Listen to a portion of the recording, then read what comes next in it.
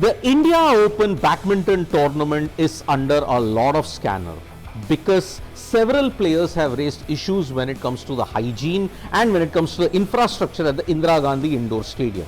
Now remember, one of the players has had a complaint in the past as well, and that is Blichfeldt. The Danish shuttler has raised a concern about the issue of hygiene and on the infrastructure that is there currently. Be it not in the main courts, but at least in the practice courts that is there. I actually hoped it was going to be better than the other hall. I think it's still very dirty and really unhealthy conditions for all the players. Everyone is warming up in 2 layers of pants and winter jackets and gloves and hats. It's not good warm-up preparations for a player who has to go on court and move fast and go in splits. I know everyone is doing their best to make the conditions better for the players, but I think there is still way to go, and I hope it's going to be better for World Championships here in summer.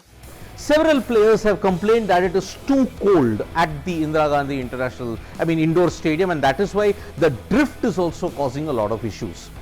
Antonsen, another Danish player, has also remarked on the fact that he withdrew from the tournament because of the high pollution count that is there. Now remember, Delhi is in the midst of an air crisis, and that is why, looking at it, if we have to see the situation today, Delhi's situation is a little better, but the day he had put it out, it was very poor, so that is why he also withdrew. But Kidambi Shrikant spoke to reporters and said this is all nothing new, because in most tournaments there are certain things, including one instance when he said that yes, I had to wait for 1 hour because there was a power cut. Check it out.